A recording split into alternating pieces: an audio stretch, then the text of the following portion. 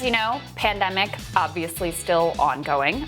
Congress completely failed. They just basically gave up on passing another stimulus. They're not here. Yeah. The White House took some symbolic actions through executive order that, the vast majority of states say that they don't even know if they're going to be able to implement. I could not tell you what the state of the American unemployment system is right now. And I don't think anybody could, including the unemployed. Indeed. Including the people who run it, I think would be deeply confused. It's the same thing with the small business PPP loans. The program ended. Some people may get more grant. We don't know what's going on there either.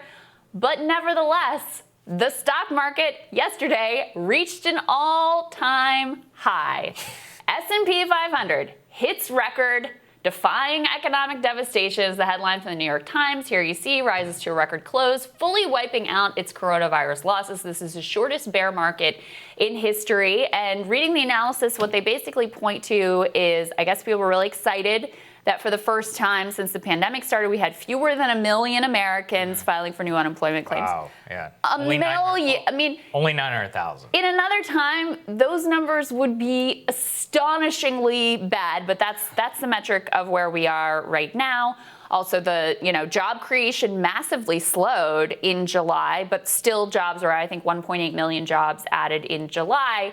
And then the other real thing that is driving a lot of this growth in the stock market is just these huge tech giants, which are just getting bigger and bigger and bigger. So Apple and Amazon and Microsoft are driving a lot of this movement. Yes. And it is all perfectly indicative of the economy that we have. Here's how bad things are. Even Jim Cramer is like, hold on a second, folks, over at CNBC. Here's what he said.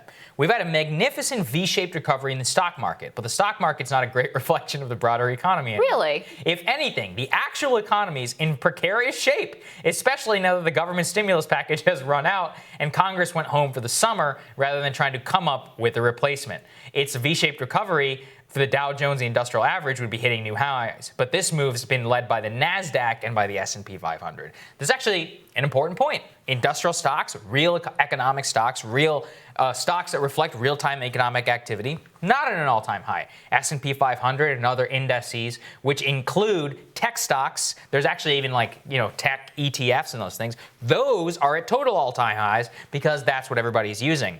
That's what you have to understand. And the reason I'm still very bearish on everything that's happening, even though I've been mystified by how fake so much of the stock market seems to be, is look at what's happening at every college in America.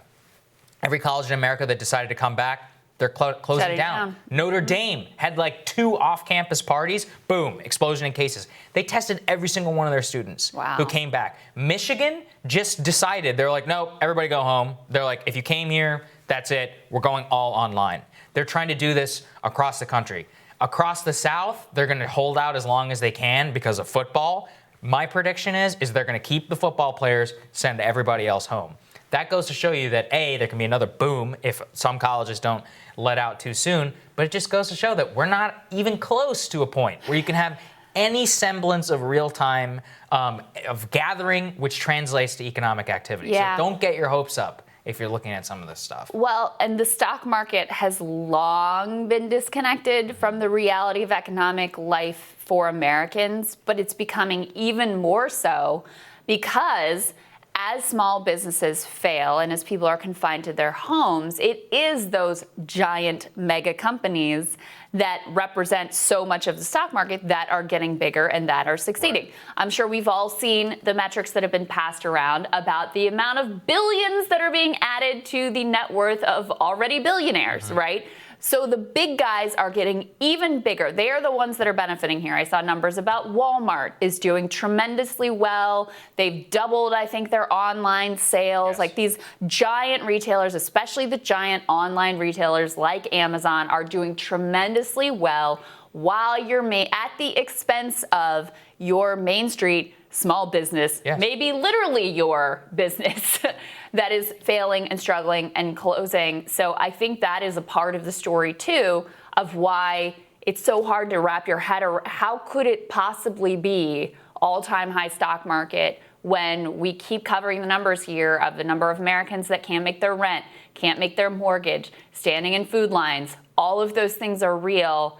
And so the economy, which was already kind of these numbers that we obsess over, the GDP and the stock market and these top line economic numbers, which were always fake, are only becoming more fake and more disconnected over time. I mean, what is good for quarterly earnings is bad for you. I think it's increased. It used to be there was some connection whatsoever. I'm looking at Amazon stock right now.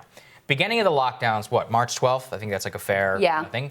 Okay, it was $1,676 a share. Today, as we're talking, it is $3,312 per share. Okay, almost $1,000, more than $1,000 that have been gained 150% increase in just the last 5 months. So what does that mean? Did any of that get trickled? Did Amazon wages go up for any warehouse workers? No, it didn't, right? Did conditions get better in their warehouses? No. Have any of their workers been allowed to have any sort of larger representation? No. So where did all that money go? Went up, right? The executive class. They get to go in through and they get to buy even more and produce even more Amazon basics. The lockdown's great for Amazon. And here's something another person shared with me, which is that for Jeff Bezos, you want 10% unemployment because that means you can pay nothing at an Amazon warehouse, That's right. which are across every rural country or every county in America, and you can pay these people dirt, and they have no other option. Where are they going to work? Mom and pop? Mom and pop is dead now. Right. Well, that's exactly right. And you saw this really clearly with the Walmartization of America, where Walmart moves in, the local small businesses shut down.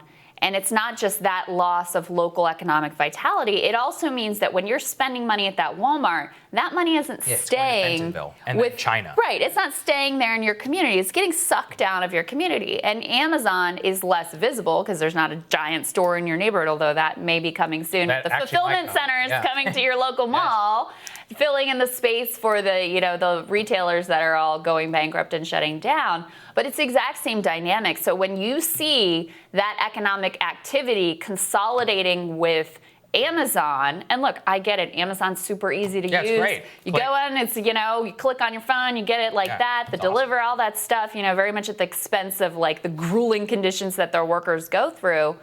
But that economic activity concentrating in one place represents the sucking out of economic value and the lifeblood of local communities. Yeah. And so I think that dynamic is also underlying what we're seeing in the stock market now. Sure. I mean, never been more clear than it is today.